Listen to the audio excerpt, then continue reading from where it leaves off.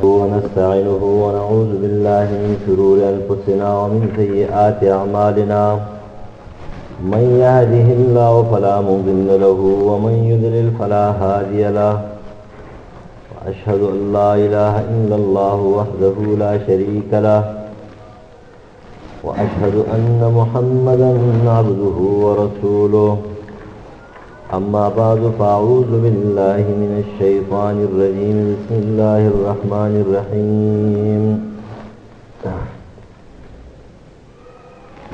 يا أيها الذين آمنوا اتقوا الله حق تقاته ولا تموتن إلا وأنتم مسلمون وقال الله تبارك وتعالى أطيعوا الله وأطيعوا الرسول وأولي الأمر منكم فإن تنازعتم في شيء فردوه إلى الله والرسول ایماندارو د الله نه ویریږئ په حق یې رباني او مملکه کې تاسو مګر په داسې حالت کې چې تاسو مسلمانان یې ایماندارو د الله حکم ومنئ د رسول حکم ومنئ او د خپلو مشرانو مجتهدینو فقهاو صحابو تابعینو خبره ومنئ که چېرې تاسو په یو مسله کې د مجتهدینو فقهاو صحابو اختلاف راشي الله او رسول ته وړاندې کوي چې دا خبره سر ته ورسوي او ختموي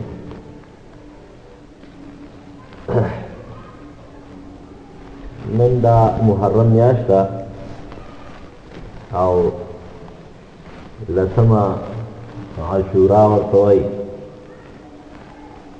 د محرم د لسمې میاشتې د محرم د اولنۍ میاشت د کال د اسلامي او د دې لسمې ورځې ته عاشورہ وایي اخباراتو کې ډېر بحث راځي او واقع کې روزو کې یو اهمه روزه ده د ثواب په اعتبار سره اهمه روزه ده قرآن مجید کې الله فرمایي چې ما 12 میاشتې پیدا کړې یوم خلق السماوات والارض او په دې 12 میاشتو کې دا څلور عزتمند میاشتې یو ذوالقعده او ذوالحجه د غټ اختر دوه میاشتې او یو دا میاشت دی چې پښتو په میاشتو کې حسنین میاشت وایي دا خو له وروستو خلکو جوړه کړې ده شیعګانو جوړه کړې ده خپل نوم یې محرم دی او یو زبرګ میاشت ورته وایي رجب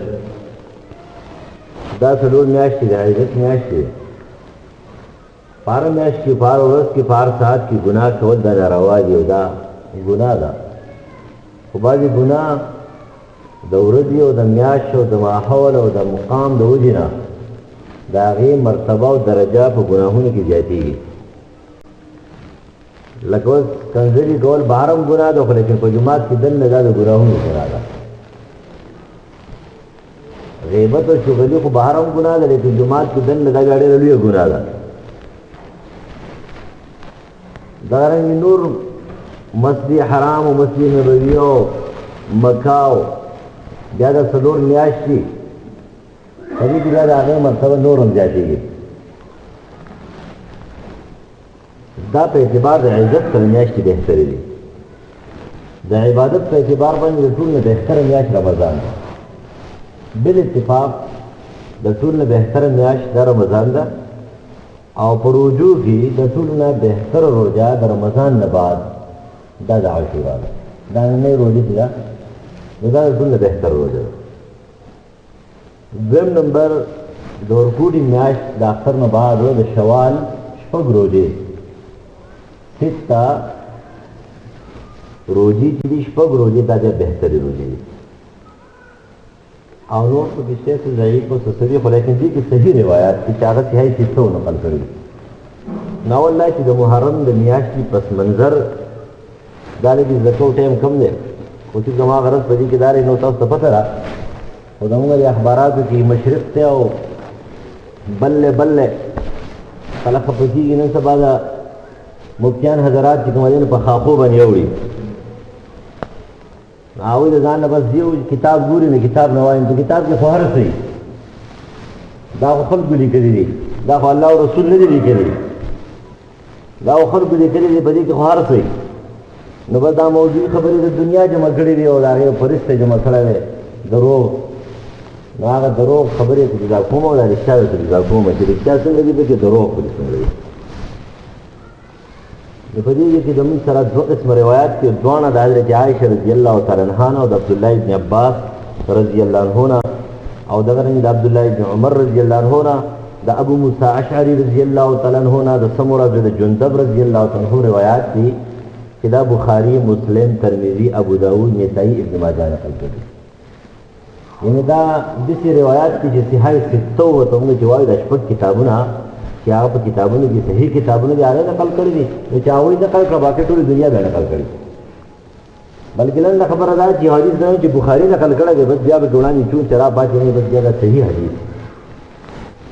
نو دا حدیث داسې دی چې رسول الله په مکه کې د مکی مشرکان به عاشورا روزه نیوله، دا لسمه روزه به هغوی نیوله. نبی علیہ السلام سم دا روزه نیوله. کله نبی علیہ السلام مکه پرېښودل او مدینې ته هجرت وکړو. مدینې ته چې راله نو د عاشورا په ورځ باندې یهود هم روزه نیوله. نبی علیہ السلام تپوس وکړو چې تاسو د روزه ولې نیسئ؟ د دې نن ورځې دا روزه ولې نیسئ؟ نو هغه ورته اوس جواب کې ویله چې په دې ورځ باندې الله تعالی موږ د فرعون نه بچ کړي یو او فرعون یې غرق کړی دی، موږ ته د فرعون نجات ملاو شوی دی. نو په دې ورځ باندې موسی علیه السلام د شکرانې په شکل باندې دا روزه نیولې ده او د هغې نه بعد دا روزه په موږ باندې اهمه شوه، فرض شوه. اوس موږ دا د عاشورا روزه نیسو. نو نبي علیه السلام ورته فرمایي چې انا اولا بموسی منکم، زه ستاسو نه ډېر زیات په موسی علیه السلام سره مناسب یم چې زه دا روزه ونیسم. نو فصاما و امرهم بالصوم، په خپل هم روزه کو او نور امت ته اعلان وکړو چې تاسو روزه نیسئ. لہذا د عاشورا روزه د رمضان نه مخکې فرض وه، د امت لپاره دا فرض وه، دا یو روزه به نیوله. کله چې رمضان راغی، رمضان روزه فرض شوه، نو د هغې نه بعد نبي صلی الله علیه وسلم اعلان وکړو چې که څوک په دې ورځ باندې روزه نیسي نو هم ټیک ده، او که په دې ورځ باندې روزه نه نیسي نو هم ټیک ده، تاسو ته اختیار دی اوس. ځکه دا روزه اوس مستحبه پاتې شوه، دا فرض نه ده. دا روزه دا مستحب پاتې شو، دا فرض نه ده. د دې وجه تاسو که دا روزه نیسئ، څوک یې نیسي چې هغه یې نیسي، او څوک یې نیسي نامه نیسئ. لہذا دا مستحب روزه ده، فرض نه ده، واجب نه ده، سنت مؤکد نه ده. عبدالله ابن عباس رضی الله عنه فرمایي پس سپین صادر کې پروت دی، یو سړی والا راغی تپوس یې وکړو وایي عاشورا روزه کومه ده؟ ویل نهمه. نو ورته جواب کې ویل چې ولې لسمه رسول الله نه ده نیولې؟ ویل او نیولې ده، خو لیکن چې کله رسول الله په آخر کال باندې رمضان فرض شو، د هغې نه بعد یې ویل چې که کال له زه ژوندی ومه نو زه به د یهودو د عیسیانو مخالفت کوم په دې کې، او زه به د دې سره یو روزه بله نیسم. د دې وجې نه نهمه او لسمه روزه نیول دا پکار دي چې نهمه او لسمه اصل کې حقیقي لحاظ سره عاشورا لسمه روزه ده. دا نهمه روزه سره دې دپاره ده چې د یهودو عیسیانو د اعمالو مخالفت وشي، نو دا به زه نیسم. خو رسول الله کله وفات شو او هغه روزه چې ده نو هغه ونه نیولی شوه، لہذا مونږ یې نیسو نهمه او لسمه. نو نهمه او لسمه روزې دواړه نیول دا پکار دي. اوس تاسو ذهن کې به سوال راغلی چې ګوره رسول الله په مکه کې روزه نیوله، د مکې مشرکانو دا روزه نیوله، او چې کله مدینې ته هجرت وکړو نو دوباره یې تپوس وکړو د جانه د یهودو نه یې تپوس وکړو چېرې دا روزه تاسو ولې نیسئ؟ نو هغوی ورته ویله چې په دې ورځ باندې داسې واقع شوې ده. د هغې وجه دا ده چې د مکې مشرکانو دا روزه چې نیوله نو دا هم د یهودو په اشاره باندې نیوله، دا یې د هغوی نه زده کړې وه، داسې روزې خو هغوی هم نه وې، خو دا یې زده کړې وه د چا نه؟ د یهودو نه. بیا چې کله نبي علیه السلام هجرت وکړو نو حقیقت حال یې چې کومه د یهودو نه معلوم کړو چې دا روزه تاسو ولې نیسئ، د مکې مشرکان هم نیسئ او تاسو هم نیسئ. نه اور چې موږ خو ځکه نیسو چې موسی علیه السلام په دې ورځ باندې شکراني روزه نیولې ده د فرعون په هلاکت باندې او دا قوم په نجات باندې، لہذا قوم نجات ملاو شو. دلته خبره دا شو چې دا روزه چې ده نو دا په دې وجه باندې نیولی شوې ده، لهذا دا پکې جمع شو د دوه احادیث په منځ. د عاشورا د روزې فضائل نو ډېر فضائل دي. صحیح فضیلت هم دا چې رسول الله فرمایي چې څوک د عاشورا روزه ونیسي د دې نه لوی اهمیت بل کومه کېدلی شي چې نبی علیه السلام وایي چې د فرایضو نه د رمضان د روزو نه پس بهترینه روزه د عاشورا ده، او دا اتفاقی خبره ده چې د رمضان د روزې نه پس بهتره روزه چې ده نو دا چاره د عاشورا ده، او د دې نه اوچت ثواب بل نشي کېدلی، بله مرتبه اوچته جوړېدی نشي. بل دا مرتبه کافي ده چې اول دا رمضان نه مخکې دا روزه فرض وه، دا یوه روزه دا فرض وه، ټول امت به نیوله، دا د دې لپاره د فضیلت کافي خبره ده. لیکن د دې نه علاوه چې کوم صحیح روایات دي د مسلم نه پای کې دا چې د یو کال ثواب د تیر شوي ګناهونو کفاره ده، او د یو کال د روزو ثواب الله تعالی ورکوي، د یو کال د روزو نفلي روزو ثواب ورکوي. خو دا پکې اوس حدیث موضوعي دی چې پوتي او قضا روزې پې معاف کېږي نه، دا یو کال د غون ثواب چې راغونډ کې د رمضان یو روزه پې نه معاف کېږي، د رمضان چې یو روزه سړي ته پاتې که نه دې نه معاف کېږي. نو دا خبره پکې اوس سره دا پکې دروغ ده، دا حدیث پکې اوس چا د ځان نه جوړ کړی دی چېرې یو کال چې کوم دی د قضا او د پوتي روزو چې کوم دی دا څه شو کفاره شو، نه دا کفاره ده. اوس حدیث موضوعي دی، دا د مولانا عبدالحق دهلوي کتاب دی، دا په عربۍ کې نقل دی اصل کې، او دې ته عمل یعنی د مؤمن ماه السال ورته ویل کېږي، یعنی د مؤمن کال او میاش، دا مولانا عبدالحق دهلوي لیکلی دی، 12 میاشتو باندې کتاب لیکلی دی، او هغه په دې کې بیا د حدیث را جمع کړي دي چې دا حدیث صحیح دی، دا حدیث پلانکی دی، دا دروغ دی، دا رښتیا دي، دا په دې کې د حدیث سوي نقل کړي، دا حدیث پکې سره دروغ دی، لہذا دا د صحیح روایتو مطابق دا روزه دا لازم ده چې سړی ونیسي، غټ ثواب دی پکې. اوس پاتې شو ته چې خامخا به بل ته وی لکه ستاسو مشرق اخبار کې دغه ټوکړه به کې لیکو، پرون مې اخبار کتلو نو پاکې دا لیکلي دي چې یو سړی په خپله دا روزه ونیسي نو دومره ثواب دی، او چې بل ته وایي نو 13 کالو ثواب دی، که نه؟ نو دا دروغ دی، موضوع دا دروغ حدیث ته چا جوړ کړی د ځان نه. په دې ځای باندې یو کس ته هغه راغلی دی، اشعث نومې دی، اشعث ابن قیس، دا تابعي دی، عبدالله د مسعود رضی الله تعالی عنہ ناست دی، بخاری او مسلم دا حدیث نقل کړی دی، او روټۍ خوري ولسمه ده، د عاشورا ورځ ده او ناست روټۍ خوري. اشعث چې کله راغی دا ګوره یوازې په دې اشعث کې دا عیب نه دی، دا خبره د اشعث یوازې کمی نه دی، دا زموږ ټولو کمی دی چې ملا سړی د عاشورا په ورځ باندې ډوډۍ خوري نو بس هغه کافر دی، بیا د نفلي روزو په ورځ باندې که چېرته هغه څه خوړل نو بس چې سړی نشي نه نیسي، نو ثوابونه عوام ډېر ګټي کړي نشي ګټلی، ځان خبره ده. خو لیکن دا خبره نه چې فرض دی، دا اشخاص هم دي چې ولکه زموږ استادو په شان دي چې په بازار کې روان یې که نه، یا دي ته به خو نن روژې هلکه که ځان نه دي روژې نیولې نیول به دي، اوس په بل کې دي څه کار دی، یا به روژې یا به روژې نه. دا ګوره کوشش دا دی که تاسو ته پته ده شیطان مونږ په هېڅ کې نه پرېږدي، شیطان په بدۍ کې دې نه پرېږدي، په نیکۍ کې دې نه پرېږدي، په هېڅ چیز کې دې نه پرېږدي، تر دې پورې که نه کوشش به دا کوي چې خپله خبره به ښکاره کړې، څه شي چاله ورکړي که نه، نو دا کوشش کوي یاره دې چې ما ډېره نور هم خرچه کړې ده او ما دې چې خلکو له ډېر څه ورکړي دي، دا کوشش کوي چې یاره دا خپل سمې دي دا ښکاره کوه. شاذ و نادر چېرته په سلو کې 1% 2% خلک دا به داسې پاتې چې هغه به د ریاکارۍ نه ځان ساتي، کوشش به دا وي، لیکن اکثر زموږ ټولو کوشش دا وي چې کله یو نیکي وکړو که نه کوشش دا کوي دا ښکاره کوو، چېرې دا نو خلک دې خبر شي چې هلکه دا پلان قدرتي خبره ده چې تاسو په مزاج باندې خبر نه یم، خو ریاکار سړی د تندي نه پېژني، دا خو دې دومره میک اپ وکړي که نه، دومره میک اپ، دومره دې د خپل مخ چې کوم سپین کړي، دومره دې څه پورې کړي، دومره څه مصنوعیت دې په دې اواز کې پیدا کړي، زه ته قسم خورم چې ما ته خو صفا پته لګي چې دا ریاکار دی، تاسو پته نه لګي. لیکن مخلص سړی چې کوم دی که نه هغه زر نه ځان ښکاره کوي نه، شډل بډل یاره دا ډېر مخلص سړی دی، دا سړی چې مخلص دا بې اختیاره خبره ده.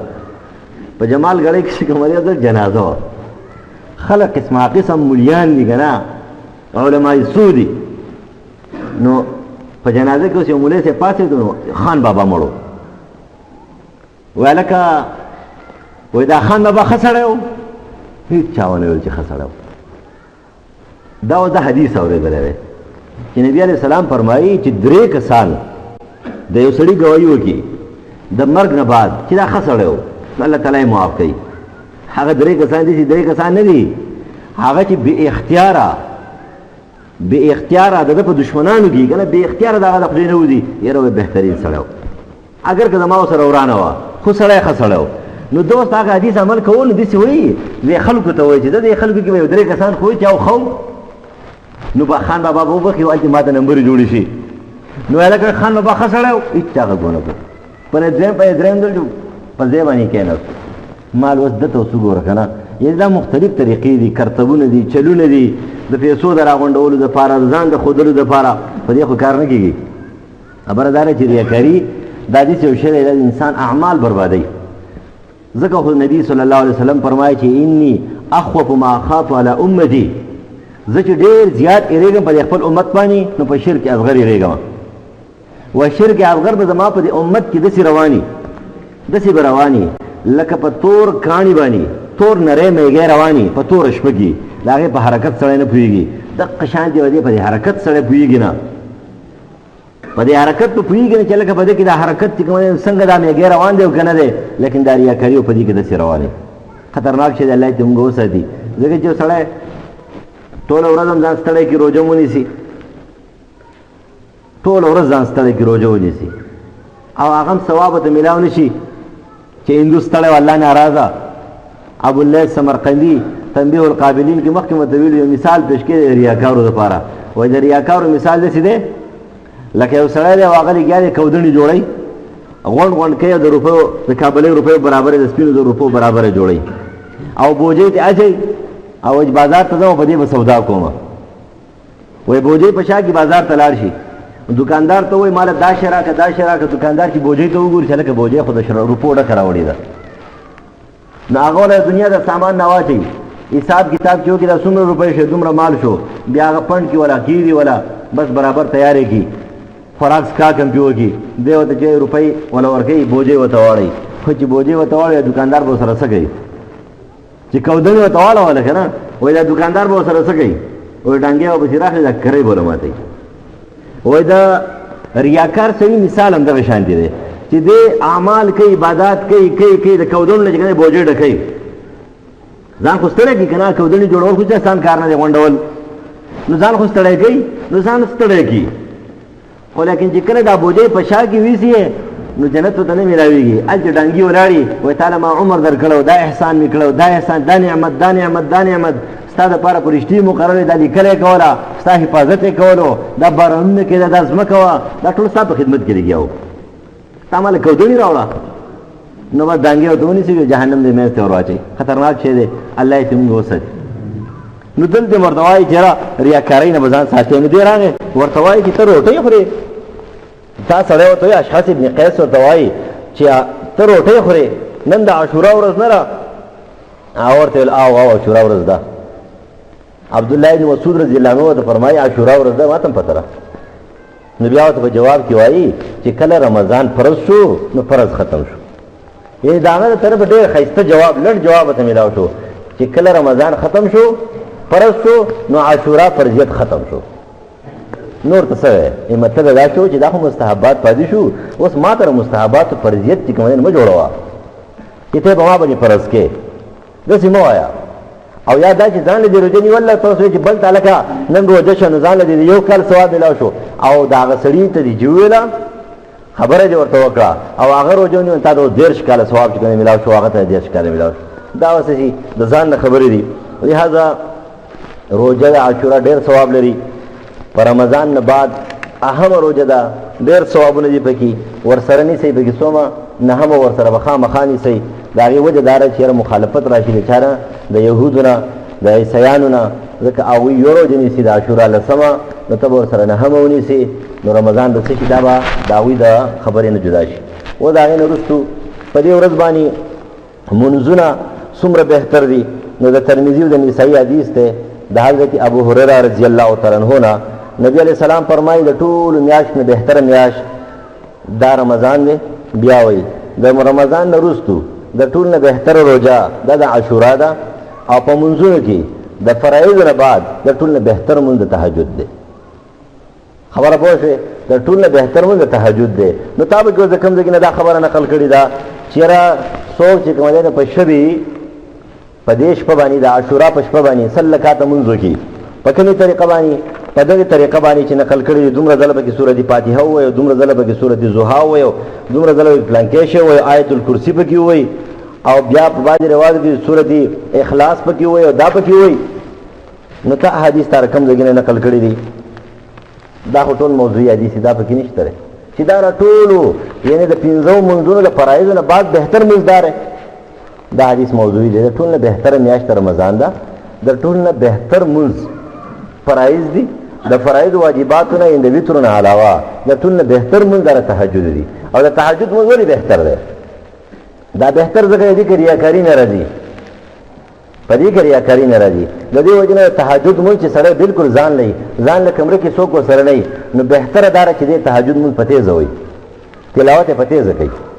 د هغې وجې سره ریاکاري پکې نه راځي. خو چې سړی په نیمه شپه باندې راپاڅي ځان ستړی کړي او د ستړي کېدو نه پس چې کوم دی نو دی ارام شي او ټوله شپه چې کوم دی دغه شان دې تېره کړې ده په دې یخنۍ کې، عبادات یې هم کړي دي که نه، او سهار راپاڅي او خلقو ته د هغې شو کولو کوشش کوي، نو د هغې ثواب ورسره میلاو شي.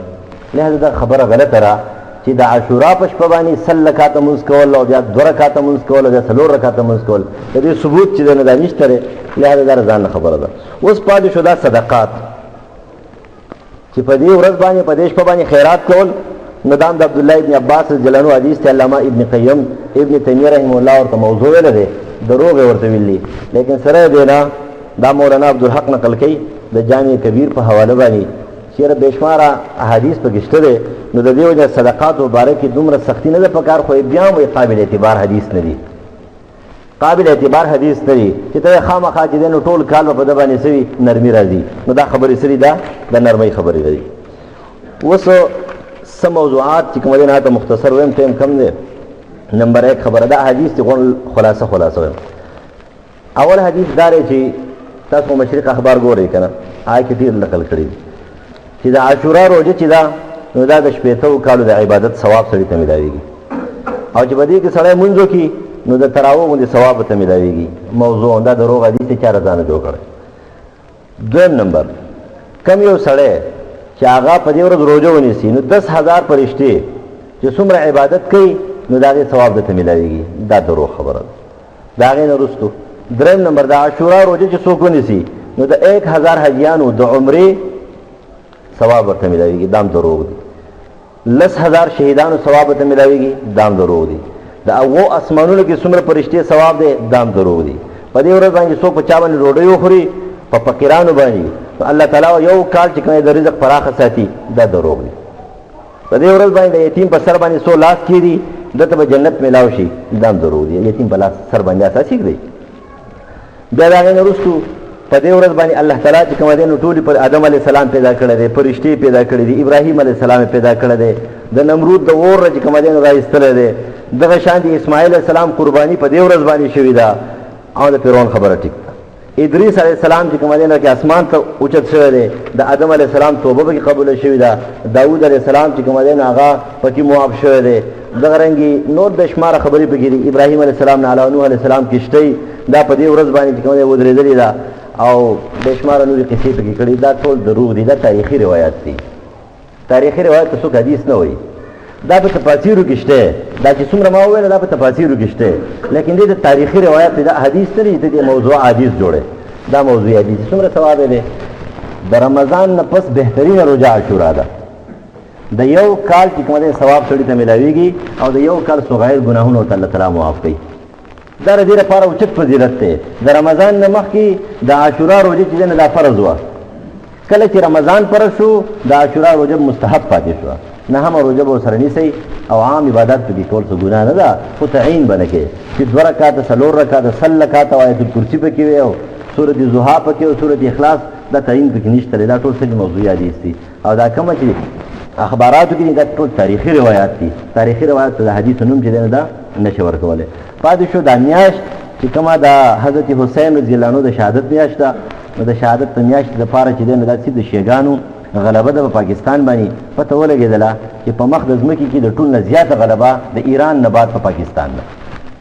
په دې پوه شئ چې پاکستان کې نه وی که نه دومره اهتمام چې کومه نه وی. د دې وجې تاسو د مولانا عبدالحق دهلوي نقل کوي چې په دې ورځ باندې ماتم کول دا خو د روافضو مسلک دی چې د هغې سره مسلمانانو ماتم شروع کړی دی. وایي خفګان په خپل ځای باندې و. وایي د ټول نه لوی خفګان دا دی چې کله نبي علیه السلام وفات شو. وایي په ورځ باندې خو تاسو خفګان نه کوئ، په ورځ باندې خو چې بریلیان حضرات پکې بیا میلادونه کوي، خوشحالي منوي، عید میلاد النبي چې کومه دی پارټۍ میلاوي او خوشحالي کوي. په کوم ورځ چې خفګان پکار دی نو هغه تاسو بار وفات وایو، بار وفات یقیني دی، نو په ورځ باندې خفګان پکار، نو په ورځ باندې بریلیان چې کومه ګډا شروع کړه ا ګډیږي نه.